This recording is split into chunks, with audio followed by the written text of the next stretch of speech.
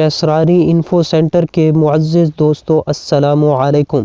کسی علاقے میں ایک شخص رہا کرتا تھا، اس کا بہت ہی چرچا تھا کہ وہ روحوں سے باتیں کروا دیتا ہے۔ اسی جگہ پر ایک بچہ رہتا تھا، وہ بچہ اپنی ذہانت اور ہوشیاری کی وجہ سے بہت مشہور تھا۔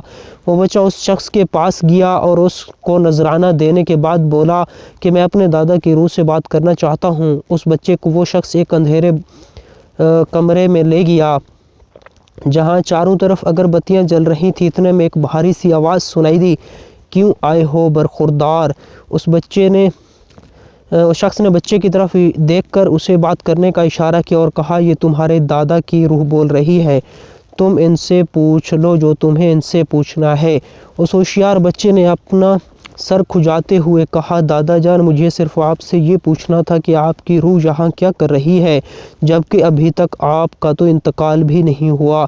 اس قصے کو بیان کرنے کا مقصد صرف اتنا تھا۔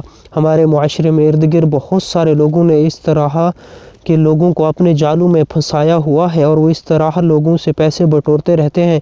اس بارے میں ایک بار سوچیے گا ضرور۔